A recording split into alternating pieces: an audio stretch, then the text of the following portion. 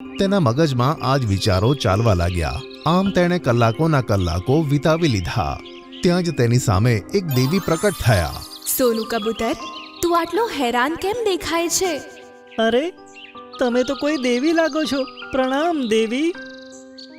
તારા દુખી હૃદયની પોકાર એટલી વધારે હતી કે 7મા આકાશ પર બેઠેલી હું પોતાને અહીંયા આવવાથી રોકી જ ના શકી।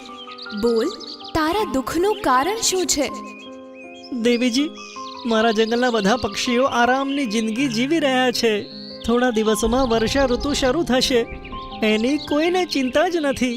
વરસાદમાં જ્યારે અહીંયાથી નીકળવું મુશ્કેલ હશે તો આ લોકો ખાવાનું ક્યાંથી લાવશે અને કેમ જીવશે?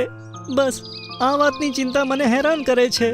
આ સાંભળીને દેવીએ કંઈક વિચાર્યું અને બોલ્યા, જ્યારે તું અહીંથી તારા માળામાં જઈશ ત્યારે તને તારા ઝાડ ઉપર એક ખાલી ટોપલું જોવા મળશે। એક ખાલી ટોપલું? પણ તેનાથી સમસ્યાનું સમાધાન કેવી રીતે થશે? હવે દેવીએ સોનું કબૂતરના કાનમાં એક વાત કહી અને ગાયબ થઈ ગઈ। સોનું કબૂતર ખાવાનું શોધવા માટે નીકળી પડ્યો।